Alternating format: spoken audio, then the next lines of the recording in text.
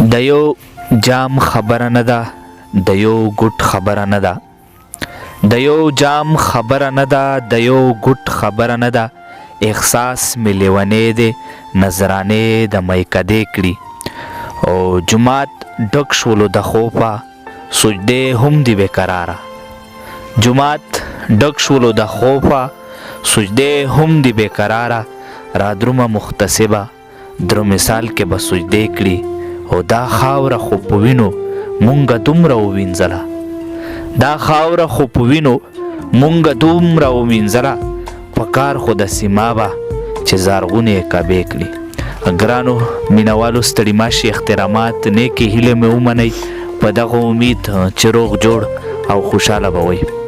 اریان د وړیم خپرونه ده هنداره، لکه څنګه چې تاسو ته پته ده چې موږ د تل په څیر دا هڅه کړې ده چې د هندارې په سکرین تاسو ته داسې د کار او د معیار ادیبان، لیکوالان، شاعران درو پېژنو.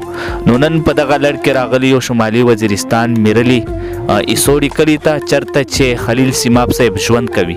نن به د خلیل سیماب صاحب سره د شاعرۍ په هکله د سره خبرې اترې کوو او شاعري به هم ترې ناروو. نو راځئ مینوالو چې خلیل سیماب صاحب ته په خپل پروګرام کې ستړي مشي ووایو. نو په ټولو ناول زه په خپل پروګرام هنداره کې خلیل سیماب صاحب تاسو ته مینه هرکلی ستړي مشي یا ستړی مشي.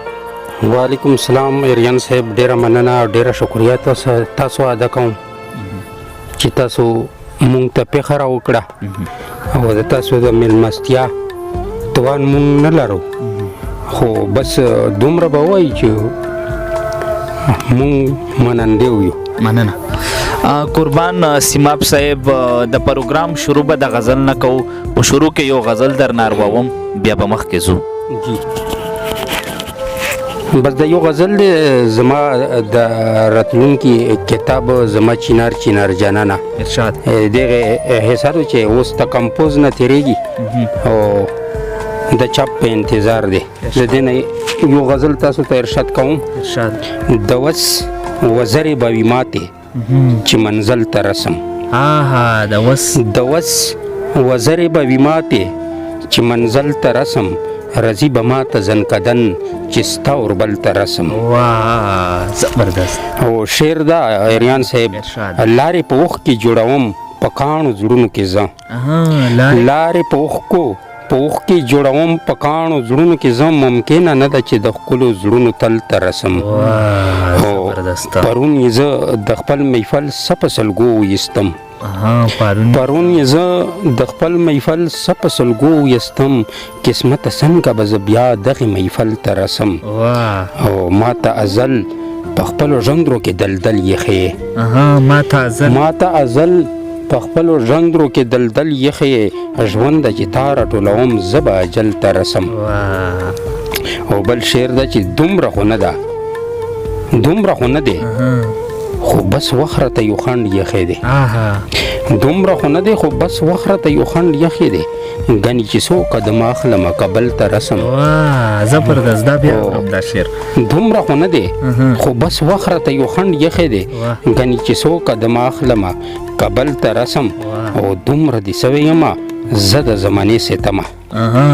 دومره دې سوی یمه زه د زمانې ستمه. د توان قدم به یری یری چې ګل ته رسم. او مطلب چې پکې د چا د لیونۍ مینې مضمون یخې دی. پکې د چا د لیونۍ مینې مضمون یخې دی. ځواني به لاړه وي سیمابه چې غزل ته رسم. ډیره مننه سیماب صاحب. لکه څنګه په ادبي دنیا کې تاسو د سیماب په نوم پیژندل کیږئ، که زموږ مینوالو سره مو خپله لنډه شان پیژنګلو وکړه چې سیماب صاحب څه نومیږي او د کوم کلي سره تعلق دی؟ زما نوم خلیل دی او په ادبي دنیا کې په سیماب باندې پیژندل کېږم او د ایسوړي کلي سره مې تعلق دی. بس دغه پیژندګلې دی، نور به څه ووایو. مننه خلیل سیماب صاحب. زه به تاسو نه دا پوښتنه وکړم چې د شاعرۍ آغاز مو کله نه کړی دی؟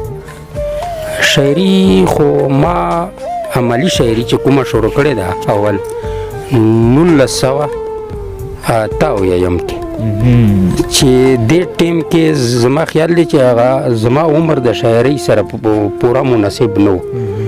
دې وخت نه مې شروع کړې ده. بس تر اوسه پورې خپل هڅه کوو. صحیح. مننه. نو دا خو بلها وخت کېږي سیماب صاحب چې تاسو د شاعرۍ میدان سره علاقه لرئ، نو آیا تاسو چاپ کتابونه هم لرئ او که نه؟ ریان صاحب زما خو د ضرب حذف نه 3 کتابونه ته چاپ ته تیار وو. یو د غزلو کتاب وو مخام په دیرو کې، بل د کتاب رباعیات داسې وړه وړه غوندې آیټم پکې اچولی وي، هغې نوم و غل په شنکوبه کې. او بل یو زما نثري کتاب و چې 14 افسانې وې پکې، او څه ډراماګۍ وې او د سټیج د سکول د ماشومانو دپاره. دا په دې ضرب حذف شی د 3 وړه ځایه شوي دي. او زه ډېر په افسوس سره دا خبره که چې انتهایی زیاتې شوی دی. نور کتابونه ډېر ځایه شوي د پښتو ما سره یوه لویه پانګه وه د کتابونو، هغه هم تلې ده منځه، او دا کتابونه هم لاړ دي. او دا اوس یو کتاب روان دی، دا اوس چې کوم کار ما کړی دی په دې شاعري یا په دې غزل کې، هغه انشاءالله امید ده چې زر به چاپ شي. هغې نوم دی زما چینار جانانه، روماني کتاب دی. صحیح. بس دغه شاعري ده او چې د سره پاتې دي دغه دي. صحیح. مننه. خدای دې وکړي سیماب صاحب چې تاسو دې ته وتوانېږئ او تاسو د نوی کتاب چینار جانانه او دا زر تر زره مارکیټ ته راشي. سیماب صاحب داسې کوم استاد یا شخصیت چې هغې نه تاسو متاثر وئ یا مو زده کړې ترې کړې وي؟ زه خو د پښتو هر یو شعر چې کسه خپله استفاده ځینې کولی شم، او کړی مې د زیاتې شاعرانو نه. خو زما د خوښې شاعر چې کوم دی چې ډېر وخت ما مطالعه کړی دی، هغه خوشحال بابا دی. او دې نه علاوه چې کوم دغه جدید شاعران دي، دې خو د هر یو کس چې زه غزل کسه هغه دومره معیاري دی. او که چېرته به موږ د غزل د ښه غزل ذکر کوي، نو بچار د جی صاحب شاه صابر صاحب موږ د پامه ونه غورځوي. صحیح. او مننه. قربان سیماب صاحب داسې کوم ادبي تنظیمونه دي یا ټولنې دي چې هغې سره تاسو باقاعده ناسته پاسته کوئ، یعنی پروګرامونه ورسره کوئ؟ د توچۍ ادبي ټولنې سره د شعرونه زه پاتې شوی یم. او د دې نه علاوه د څه وخت چې مونږ د وزیرستان نه کډوال شو، وزیرستان فورم سره مې مستقله 3 کاله ناسته پاسته کړې ده. بس دا تنظیمونه دي. صحیح. مننه. سیماب صاحب داسې کوم ادبي صنف دی، نظم دی، غزل دی، نثر دی چې تاسو ته زیات خوند درکوي او زیات مو کار هم پکې کړی وي؟ ما د شعرونه تر اوسه پورې په غزل کار کړی دی. په د یو وخت کې خو ما آزاد نظمونه هم ډېر لیکلي وي، هغه هم تلي دي. په چاربیته ما کار کړی و، هغې ټیم کې د چاربیتې دلته کسکا خواهشمن زیات وي. اوس خو غزل لیکم او غزل سره مې شوق دی. مننه. سیماب صاحب د پروګرام په دې شیبو کې به زموږ مینوالو ته تاسو څه ډالۍ کوئ؟ غزل به ډالۍ کړي. مننه قربان. د غزل دی ریان صاحب ارشاد مطلب ژوندونه تویوم دی ټولومه خو دې نه. وا ژوندونه تویوم دی ټولومه خو دې نه، بېغیسه سوځوم دی سړومه خو دې نه.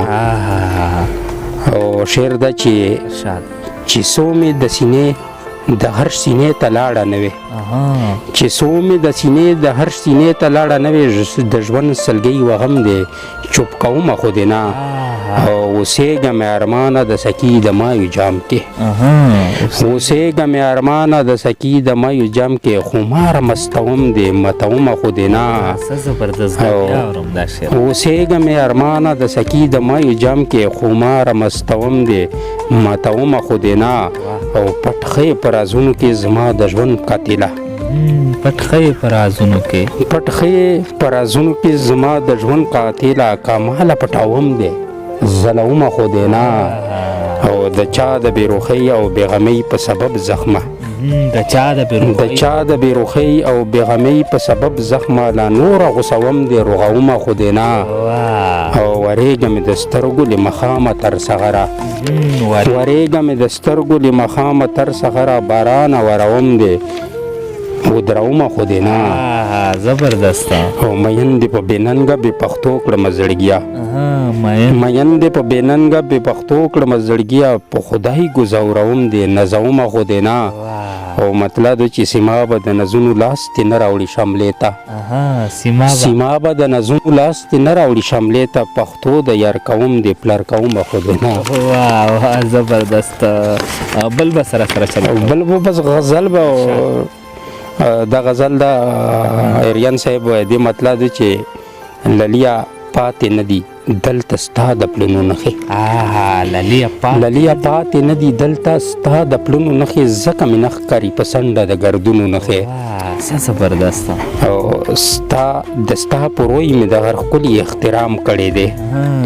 د ستا په روی مې د هر ښکلي احترام کړی دی دی د وفا د محبت د محنتونو نښې او جانانه ستا د بېنیازۍ ستا د هجران دوره جانانه ستا د بېنیازۍ ستا د هجران دوره لا مې پرتې دي په ځیګر د شنو دغونو نښې او قدم چې اخلي ډېر په خیال ډېر په آرام یا اخله قدم چې اخلي ډېر په خیال ډېر په آرام یا اخله پکې پرتې به وي ضرور لاندې د زړونو نښې او په نن سبا باندې سیما به ټول ژوندونه اړوي په نن سبا باندې سیما به ټول ژوندونه واړوي او چرته رښتیا نشوې د ښکلو د لوظونو نښې واه ډېر زبردست سیماب صاحب آخري یو بل غزل در نارووم بیا مننه غزل دا اریان صاحب مو خیال شو چې یو خو مې ایس لیکلا ده ارشاد رشتې مې چې په زړونو کې پښتي نشي زرغونې رشتې مې چې په زړونو کې پښتي نشي زرغونې ژوندون ته نظرې به بیا رنګي نشي زرغونې او شعر ده چې راپاسئ په د خاوره کې چې قتل د نفرت کړو راپاسئ په د خاوره کې چې قتل د نفرت کړو چې ولونو د زړونه پکې مینې شي زرغونې او بل شعر ده چې زمونږ د مزۍ سره د جبر څه ونه کړل زمونږ د مزۍ سره د جبر څه ونه کړل لا مات دې وي سرونه خو چې وینې شي زرغونې او زما د وطن پیغله یې بدرنګه په لوګو کړه زما د وطن پیغله یې بدرنګه په لوګو کړه چې ورکه بدرنګي کړو بیا غسینې شي زرغونې او زما د کم بچي به څو پرته وي په تیارو کې زما د کم بچي به څو پرته وي په تیارو کې چې لاړې د تیارې شي ورځې سپینې شي زرغونې او مقتدو چې فکر سره یو کړو یو آغاز یو مې انجام شي چې فکر سره یو کړو یو آغاز یو مې انجام شي سیما به د دې خاورې بنګي نشي زرغونې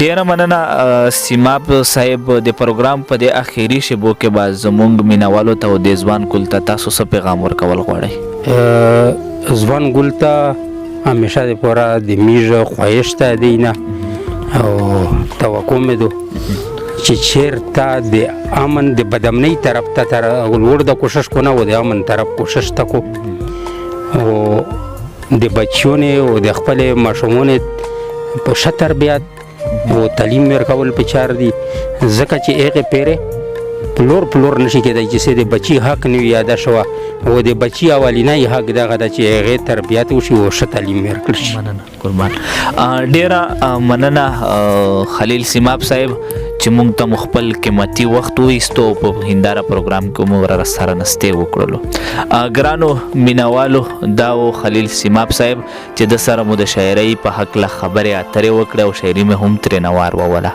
نو د داسې قسمه پروګرامو دپاره زمونږ د یوټیوب چینل در سره سبسکرایب کړئ او زمونږ د فیسبوک پاڼه در سره لایک کړئ اوس د پروګرام په د آخري شبو کې ما اریان دور ته خلیل سیماب ته او عالم دور ته راکړې اجازت تر بلې مرکې پورې مې په خدای سپارم د خدای په امان